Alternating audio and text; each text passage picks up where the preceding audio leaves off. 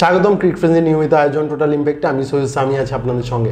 Champions trophy আজ থেকে শুরু হয়েছে, তবে বাংলাদেশের চ্যাম্পিয়ন্স ট্রফির মিশনটা শুরু হবে আগামীকাল। ভারতের বিপক্ষে টাইগাররা মাঠে নামছে। এই ম্যাচটাতে বাংলাদেশ কীরকম একাদশ নিয়ে খেলতে পারে, তাছাড়া এই ম্যাচে বাংলাদেশের কতটুকু সম্ভাবনা আছে, এগুলো নিয়ে কথা বলার জন্য হাজির হয়েছি। আমার সঙ্গে আছে মোহাম্মদ আবিদ। আবিদ, স্বাগতম। ধন্যবাদ। বাংলাদেশে আসলে কতটুকু সম্ভাবনা দেখছেন এই ম্যাচটাতে? ভারত আসলে খুবই কঠিন প্রতিপক্ষ, তারা লম্বা একটা ব্রেকের পরে আসলে ওয়ানডে খেলেছে ইংল্যান্ডের বিপক্ষে। তারা এখন কিন্তু চ্যাম্পিয়ন্স ট্রফিতেও ভালো করতে চাইবে। বাংলাদেশ আসলে লম্বা সময় পর ওয়ানডে খেলতে নামছে, বিপিএল খেলছিল বাংলাদেশের ক্রিকেটার। এই ম্যাচটাতে আসলে সম্ভাবনা কতটুকু দেখছেন? প্রথম যে ব্যাপারটা হচ্ছে বাংলাদেশ একটা ভিন্ন ফরম্যাট থেকে ওয়ানডেতে শিফট করতেছে। ইন্ডিয়া কিন্তু ওয়ানডে খেলে এরপর ওয়ানডেতে আসতেছে, তো ভিন্ন একটা ফরম্যাট ছেড়ে এসে ওয়ানডেতে সেট হওয়া একটু টাফ। কারণ আপনি এনসিএল টি20-র পর যখন টি20 খেলতে গেছেন বিপিএলে, আপনি খুব ভালো রিদম পেয়েছেন, কিন্তু যখন টি20 থেকে ওয়ানডেতে আসবেন, ওই মানসিকতাটা আপনি নিজের মধ্যে কতখানি ট্রান্সফর্ম করতে পারবেন সেটা সবচেয়ে বড় বিষয়। এত দ্রুত আমি কখনো বাংলাদেশের কথাই বলবো, অন্যান্য টিমদের ওই অ্যাবিলিটি আছে যে মাইন্ড চেঞ্জ বা মাইন্ড শিফট করা, কিন্তু বাংলাদেশের সেই অ্যাবিলিটিটা এখনো হয়ে ওঠে নেই আমার কাছে মনে হয়। বা আমি এটা মনে হয় না, এটাই বাস্তব যে বাংলাদেশে হয় নাই। আর সবচেয়ে বড় কথা যে কালকের ম্যাচটা সবচেয়ে বেশি ইম্পর্টেন্ট হবে টস। টস আমি বলবো না আমাদের জন্য, ইন্ডিয়ার জন্য টসটা খুব ভাইটাল। কারণ ইন্ডিয়ার টস যদি বোলিং নেয়, then we have a chance. আমরা ইন্ডিয়াকে টার্গেট দিয়ে আটকানোর ট্রাই করতে পারি। ইন্ডিয়া যদি আগে ব্যাটিং নিয়ে নেয়, রান চেজিংও কিন্তু Bharat one of the best বর্তমান বিশ্বে। হ্যাঁ, run chasing one of the best, কিন্তু আপনি যখন স্কোরবোর্ডে 280, 300, 320 রাখবেন, আপনার বোলারদের জন্য কিছু একটা দিবেন, কিছু একটা রাখবেন যে না, আমি তোমাদের 320 রান দিয়েছি, তোমরা 320 রান ডিফেন্ড করে দেখাও। তখন আপনার বোলাররা একটা কনফিডেন্স হবে। কিন্তু আপনার বোলাররা যদি না, আপনার এখন বাংলাদেশের ব্যাটিংটা একটু নড়বড়ে। আমি মনে করি ব্যাটিং এই টুর্নামেন্টে, পার্টিকুলারলি এই টুর্নামেন্টে বাংলাদেশের ব্যাটিং থেকে বাংলাদেশের বোলিং ডিপার্টমেন্ট স্ট্রং। কেন স্ট্রং? মুস্তাফিজুর রহমান, তাসকিন আহমেদ, নাহিদ রানা বা তানজিম সাকিব যারাই আছেন, তারা বেশ ভালো রিদমে আছেন, বিপিএলে ভালো করে আসছেন। কিন্তু আপনি দেখেন ব্যাটিং ডিপার্টমেন্ট যারা উপরের দিকে, লিটন দাস নাই, শান্ত বিপিএলে ম্যাচ পাননি। এরপরে তানজিদ হাসান তামিম বিপিএলে খুব ভালো করেছেন, বাট মেকশিফট করা, যে টি20 থেকে ওয়ানডে যে মেকশিফট করাটা, সে কতখানি করতে পারবে। এবং শুরুর দিকে পারভেজ হোসেন ইমন 11-এ থাকবেন না, বাট আমি মনে করি না পারভেজ হোসেন ইমন ওয়ানডে টিমে থাকার মতো player. He can be a good prospect for a টি20, বাট ওয়ানডের জন্য পারভেজ হোসেন ইমন ভালো প্রসপেক্ট। সৌম্য সরকারকে নিয়ে যে প্ল্যান করা যেতে পারে, আমি যতটুকু বুঝতেছি কালকে সৌম্য আর তানজিদ হয়তো ওপেন করতে পারেন, যদি আমি ভুল না হয়ে থাকি। আর যদি সৌম্যকে নিয়ে নিচে খেলানোর পরিকল্পনা থাকলেও থাকতে পারে, কিন্তু সৌম্যকে যদি নিচে খেলায়, সেক্ষেত্রে আপনার জাকের, মাহমুদুল্লাহদের নিয়ে একটা কনফ্লিক্ট তৈরি হবে। তো আমার যেটা মনে হয়, আমি এত বছর ক্রিকেট দেখে আমার যেটা মনে হয়, সৌম্য আর তানজিদ ওপেন, ওয়ান ডাউনে শান্ত।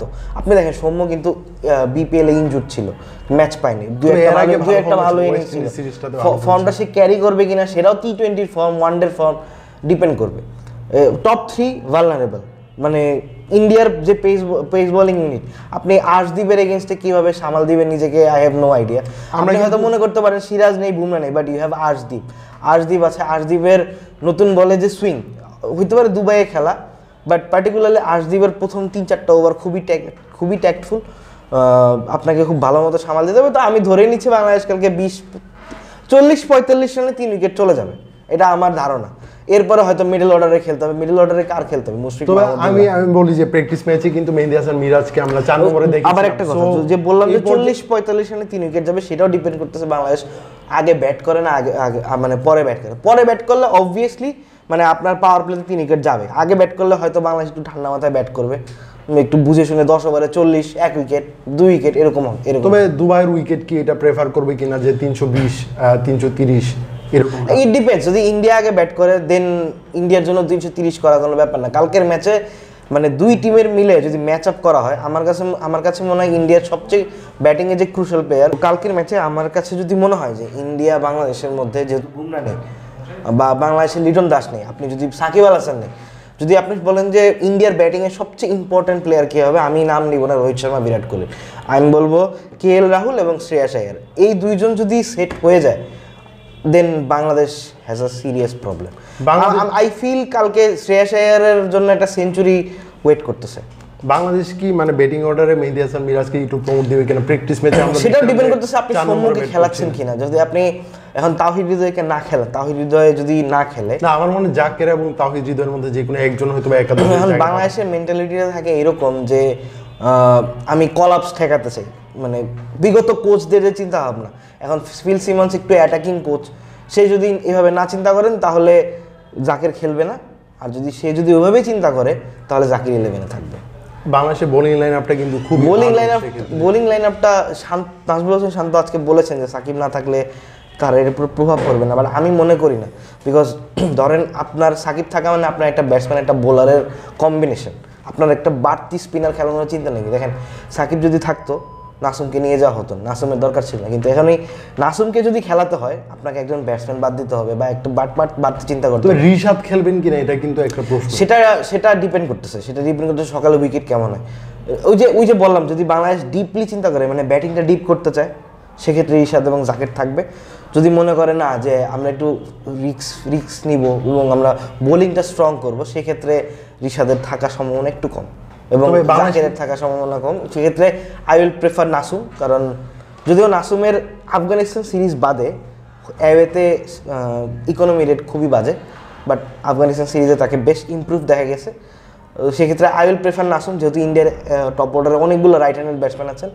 কিন্তু ওই যে বললাম, যতই বোলার থাকুক থাকুক, আপনি ধরেন 60-70 রানে 3 উইকেট ফেলে দিয়েছেন, আপনাকে মেইন কাজটা করতে হবে শ্রেয়াস আইয়ার বা KL রাহুলের ক্ষেত্রে। আর ইন্ডিয়ার বোলিংয়ে যতই আমি আর্শদীপ করি, মোহাম্মদ শামি করি, ইন্ডিয়ার বোলিংয়ের মেইন যে মানে সমস্যাটা আমাদেরকে ফেস করতে হবে সেটা হচ্ছে হার্দিক পান্ডিয়ার 10 ওভার এবং স্পিনার কুলদীপ যাদব যদি খেলেন কালকে, কুলদীপ যাদবের 10 ওভার, এই 20টা ওভার আপনি বাংলাদেশের বোলিং লাইনআপটা যদি বলি যে এখানে কি 3জন পেসার দেখছেন না? 3জন পেসারই দেখছি আমি, নাহিদ রানাকে দেখছি না কালকের 11-এ। আমার মনে হয় না, শান্তর প্রেস কনফারেন্স শুনে মনে হয় না এই যে কালকে নাহিদ রানাকে নিয়ে টিমের কোনো প্ল্যানিং আছে। তবে প্রেস কনফারেন্সে বড় একটা অংশ জুড়েই ছিলেন নাহিদ রানা। ভারতের সাংবাদিকরা খুবই আগ্রহী ছিলেন ভারত পেসার। দেখেন এর আগেও কিন্তু আমার মনে আছে, আপনার মনে আছে কিনা, কোনো একটা টুর্নামেন্টে বা কোনো একটা ম্যাচে মুস্তাফিজকে নিয়ে ভারতীয় সাংবাদিকরা অনেক আগ্রহ দেখিয়েছিলেন এবং কোনো একটা এশিয়া কাপ বা কোনো একটা ইভেন্টে, কিন্তু বাংলাদেশ ঠিক ওই ম্যাচে মুস্তাফিজকে ড্রপ করেছিল।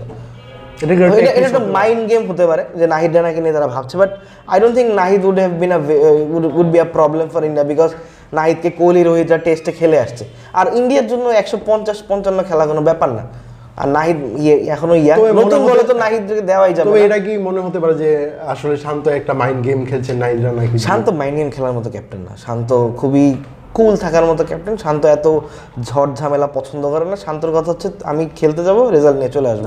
তবে আজকে যেভাবে প্রেস না, আমার মনে হয় না শান্ত কিছু বিরক্ত ছিলেন সাকিবের প্রশ্নটা যখন করা হয়েছে। আমার মনে হয় না শান্ত এত কিছু চিন্তা করছেন, বিকজ আমি যতটুকু জানি শান্তর ক্যাপ্টেন্সি শেষ এখানেই। শান্ত ওয়ানডের ক্যাপ্টেন্সিটাও ছাড়ছেন, শেষটা তিনি ভালোমতো করতে চান, আর এখন তার এত কিছু মাথা ঘামানোর দরকার নেই। তার মাথা যদি ঘামাতে হয় তার ব্যাটিং নিয়ে ঘামাতে উচিত, কারণ সে বিপিএলে ম্যাচ পায়নি, সে ম্যাচ প্র্যাকটিসের মধ্যে নাই। যদিও বিপিএলের প্রত্যেক ম্যাচে আমরা দেখেছি যে শান্ত ম্যাচ শেষে মানে ফরচুন বরিশালের ম্যাচগুলোতে যখন টিম খেলতো শান্ত প্র্যাকটিস করতো, বাট ওই কালকের মেইন খেলাটাই হবে মিডল অর্ডার ব্যাটসম্যানদের খেলা, আর বোলার হচ্ছে স্পিনার আর মিডিয়াম পেসারদের খেলা। ভারতের একাদশটা নিয়ে যে বলি যে ভারতের ব্যাটাররা কিন্তু তাদের যে ব্যাটিং লাইন আপটা এটা মানে বেশ কয়েক বছর ধরে তারা কিন্তু নিয়মিত খেলছেন। আমি যদি বলি রোহিত শর্মা, শুভমান গিল, বিরাট কোহলি, শ্রেয়াস আয়ার, লোকেশ রাহুল, তারা কিন্তু এই 5 জন প্লেয়ার একদম হার্দিক পান্ডিয়া বাদ দেওয়া ধরা বাঁধা প্লেয়ার। তবে এখানে মানে ভারতেরই ফোর্সফুলি চেঞ্জ করতে হয়েছে জসপ্রীত বুমরাহ। হ্যাঁ, জসপ্রীত বুমরাহ করে, তারপরও যে এসেছেন মোহাম্মদ শামি, সে আরো ডেঞ্জারাস। মানে বুমরাহ হচ্ছে ইয়র্কার বা ডেথ ওভারের জন্য ডেঞ্জারাস, কিন্তু শামি আপনাকে মিডল ওভার্স উইকেট দিবে, নতুন বলে উইকেট দিবে। আর একটা টিম যখন মাঝখানের দিকে উইকেট হারাবে তখন তার জন্য অনেক চিন্তার বিষয়। আপনি ক্রিকেট মানে ওয়ানডে ক্রিকেটটা মেইনলি হচ্ছে পাওয়ার প্লে আর মানে প্রথম আর শেষ পাওয়ার প্লে না, মানে 40 ওভার বা 10 ওভার না। ওয়ানডে ক্রিকেটটা মেইনলি হচ্ছে 15 থেকে 40 ওভার আপনি কেমন খেলতেছেন, সেটা স্পিনার দিয়ে হোক, মানে সেটা বোলিং ডিপার্টমেন্টে হোক, ব্যাটিং ডিপার্টমেন্টে হোক। সেক্ষেত্রে আপনি দেখেন রবীন্দ্র জাদেজা আছেন ইন্ডিয়ার, কুলদীপ, মানে আমি ইন্ডিয়া যেমন এই দেখেন শ্রেয়াস আয়ার, KL রাহুল আর হচ্ছে হার্দিক পান্ডিয়া, এই 3 জন যেমন ব্যাটিংয়ে সবচেয়ে বড় ফ্যাক্টর, সেক্ষেত্রে হার্দিক পান্ডিয়া, রবীন্দ্র জাদেজা আর আকসার প্যাটেল, মানে এই তিনজন এবং কুলদীপ, এই চারজন বোলার হবে কালকে সবচেয়ে বড় ফ্যাক্টর। আমি কোনো পেস বোলারকে ইন্ডিয়ার মানে প্রাইম পেস বোলারকে কালকের ম্যাচে দেখতেছি না, কারণ তানজিদ তামিম খুবই ভালো পেসটা মানে পছন্দ করেন, বল ব্যাটে আসুক। ওয়ার্ল্ড কাপে ইন্ডিয়ার এগেনস্টেও তার একটা 50 আছে, সেটাও মানে পেসটা বলটা ব্যাটে আসছে সেটা দেখে। শান্ত কি করবে আমি জানি না, শান্ত অনেকদিন নাই। তো কালকে ম্যাচে বাংলাদেশের জেতার সম্ভাবনা যদি আপনি আমাকে জিজ্ঞেস করেন আমি বলবো 0%।